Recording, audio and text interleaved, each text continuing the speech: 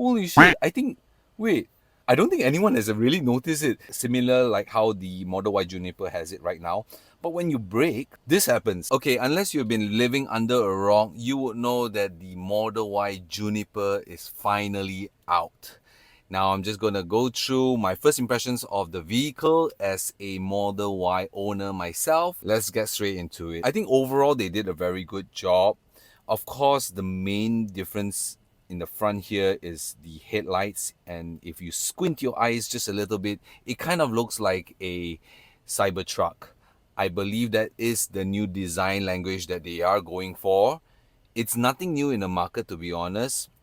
Actually, it almost resembles a lot like the Xpeng G6, which already has that light bar and also the headlights at the bumper. But in terms of a design language, then yes, it makes sense that they are taking that Cybertruck light bar across to the Model Y as well. Comparing it to the current Model Y version that we have, yes, it does look a little bit more refined. It does look more sophisticated and a bit more mature. One thing I realized, and I'm not sure if this is just a rendering because I don't see a Tesla logo in front here. They've kind of gone away with it, which I think is very interesting. I'll have to look at other photos to see if they've really removed it. Oh yeah, they have. Holy shit, wait, I don't think anyone has really noticed it.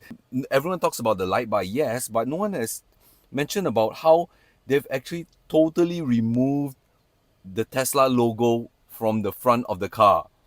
That's actually, in my opinion, a very daring move. But it also kind of makes sense how they are really tying it very closely to the Cybertruck.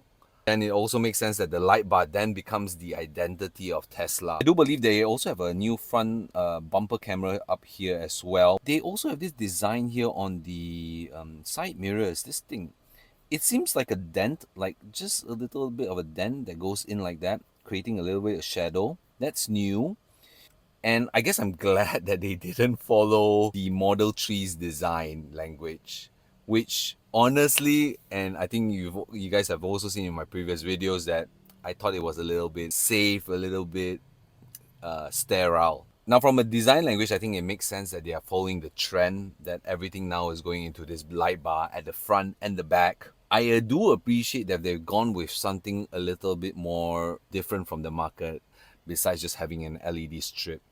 It seems from at least what we can see here, it's that it's kind of like an underglow, that there is an LED up here that shines down to this piece here that also kind of shows the Tesla logo. It definitely seems like an underglow.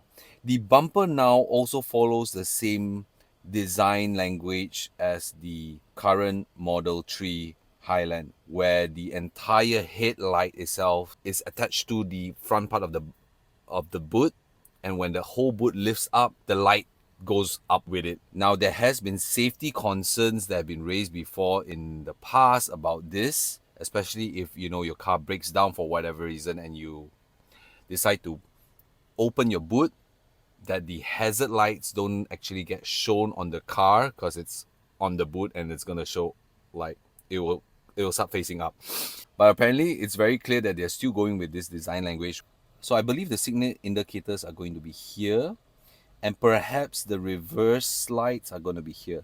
I don't think you're going to see any. It'll be interesting as well to see where the brake lights, when people actually press the brakes, whether this lights up brighter or it's also going to follow the Model 3 where it's also in this area. That will be interesting to see. Because taking from the design language of the Cybertruck, you can see here, its brake light is actually very weird. Like, they have the same light bar, similar like how the Model Y Juniper has it right now.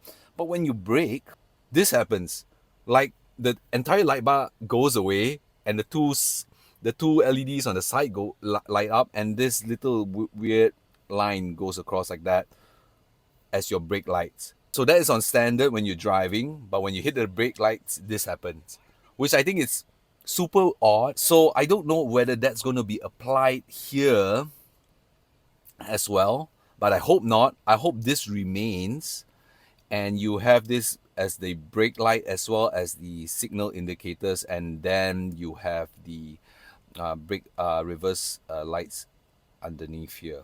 Yeah, and you can see it's very obvious. Like in the earlier video, you can see that this entire piece goes up together. Also down here, they have a new bumper design, which I think I really like. It's one of the irks that I have. The current Model Y's rear bumper is way too plain. You just had this flat piece right here that just looked really awful. And I actually had it was so bad that I had to just change mine immediately. And yeah, this is how mine looks right now. I'm really happy with it. It does give a lot more character to the car, and from the side profile, it's so nice to see. It's so sexy that this part comes out a little bit more. It's quite similar to what an aftermarket diffuser would do as well. Usually this part comes out a little bit more. It just gives a little bit more length to the car, as well as not make the boot and the back so flat. You know, there's like elements of layers and just like angles to it right now. If you notice here, where the light bar is supposed to be, there's this dent that comes out here as well. So this is definitely new, and I would assume that the only reason why it needs to come out like that so much is because the LED sits right on top and it's shining down towards the panel. There's a new color, which is a glacier blue. I guess a little bit more modern, a little bit more sophisticated kind of color. I do like the red though. In terms of the new wheel design, honestly, I'm not feeling it. It's exactly like how they have the ones on the Model 3, which I've mentioned before in the past. I just think it's lacking something. It's just a bit safe, a little bit too stock, you know. I still love the ones that we have on the current Model Y. I think, yeah, these rims still look so nice. Until today, every time I see these rims, I'm like, oh, that's just so sexy. Matte black, you know, and all these spokes and how it twists like that. Oh, that's nice. Not only that, they've moved down the car plate to the diffuser area, which I think it's a very intentional design language where they perhaps don't want to clutter that area, and you really want to have that light bar as part of the highlight of the car. The bumper right now is nice, but having a car plate right here just spoils the entire look of the car. Like now you can't you essentially can't change the diffuser so much. You can't change it to a more sporty diffuser if you would like. Because right now because there's this thing right here right now that you know this gets in the way of the entire diffuser area. So I mean there's I guess pros and cons and you know give and take, but yeah, I guess you could still just paste the number plate up here if you like and still remove this and just create your own bumper still. Yeah, I would still think having the number plate right here still works well. Light bar is that they have this design right here where it kind of splits into two sections here, kind of like a mini Y. Oh, maybe they did that on purpose. But yeah, it splits into like a slanted Y. So coming into the interior, of course, what is new and very similar to the Model 3 as well is the ambient lighting right here, you can see. They have auto rear folding seats right now. I believe this is fabric folding back the Model 3. Fabric on the door panels as well. A newer screen. The bezels seem a little bit thinner this time. The door panels have a refreshed design to it and kind of just resembles a little bit like the ones you get on the Cybertruck, just a little bit. But overall, I'm not feeling the fabric materials used on both the Model 3 and also this current version right here. I would still prefer that Alcantara suede finish versus this outright fabric because I believe this fabric just doesn't give that premium feel to it. The rest are pretty much standard. Of course, we can expect better soundproofing. So apparently there's still stocks on the Model Y. You can see here very clearly. I think overall it's a nice refresh, but it's also a bit safe in my opinion. But I guess it kind of makes sense because it's just a facelift rather than an outright refresh. So I guess that's all I have to say.